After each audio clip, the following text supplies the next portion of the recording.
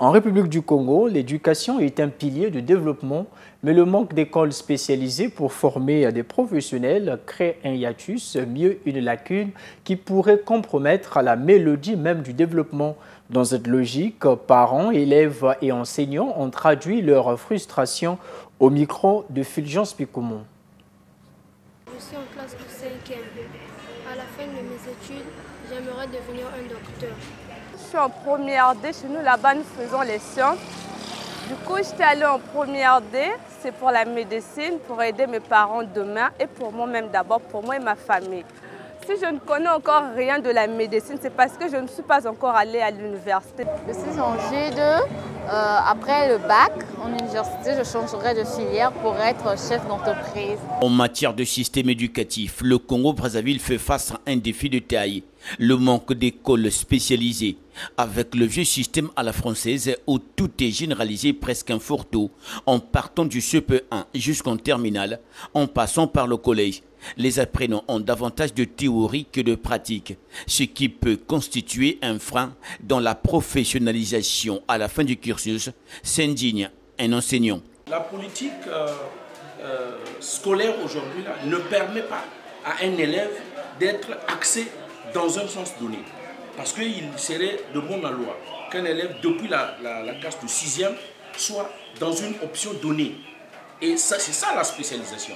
Donc quand un élève se dit que depuis la classe de 6e, il va faire la maçonnerie, et ceci jusqu'en terminale. Un élève qui veut aller faire le droit, par exemple, depuis la 6e, il y a déjà une orientation. Un élève qui veut aller faire la mécanique, depuis la 6e, il y a une orientation. Or, ici, là, nous sommes dans un fourre-tout. C'est pourquoi nous allons constater d'ailleurs qu'après le bac, les élèves ont des difficultés pour se retrouver. Même les écoles privées qui optent pour la formation professionnelle semblent s'enliser, bloquées dans la littérature sans pratique. Même quand les écoles naissent de gauche à droite, on vous dit non, qualification. Mais au fond, vous allez constater que ce n'est que de la littérature que les élèves vont faire. Et cette littérature n'arrange pas le futur technicien. Parce que vous avez formé un enfant, vous avez donné la théorie, mais la pratique est où? La spécialité, c'est la pratique. Or, quand un enfant part d'un niveau à un autre, sans toucher au domaine, mais c'est là où se trouve le problème.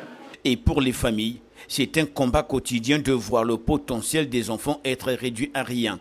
Parents et enfants témoignent ici leur frustration et leur désespoir sur le manque d'infrastructures adéquates qui pouvaient les épanouir. Effectivement, moi j'ai un enfant qui apprend à jouer la guitare précisément. Mais par manque d'écoles spécialisées, l'enfant apprend à l'état.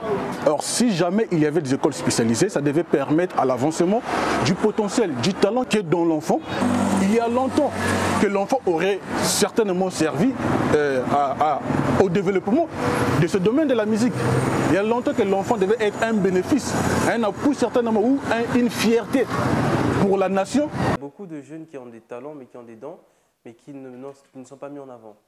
Et d'abord, il faudrait déjà qu'ils commencent par ouvrir des écoles de musique. Malgré ces défis, il faille se résoudre de regarder l'avenir avec un espoir, en regardant ce qui se fait de bien à côté et bâtir une nouvelle dynamique dans le système éducatif national. Aujourd'hui, il faut faire une comparaison positive. On regarde à côté. Mais qu'est-ce que les autres font? Quand quelqu'un veut faire la médecine, il commence la médecine à partir de quel niveau?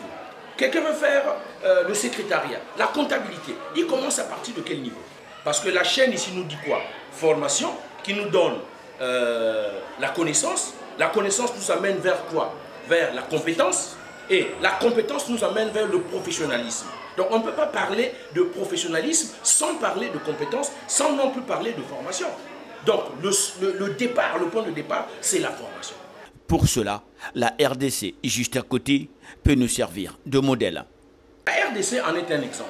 Et aujourd'hui, nous allons constater qu'en RDC, dans tous les domaines, il y a des cadres, il y a des docteurs, il y a des spécialistes. Parce qu'effectivement, ils ont diversifié ce système.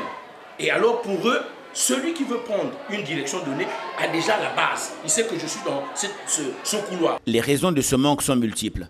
Des ressources limitées aux défis logistiques, en passant par le manque de réformes en politique éducative, les obstacles sont nombreux.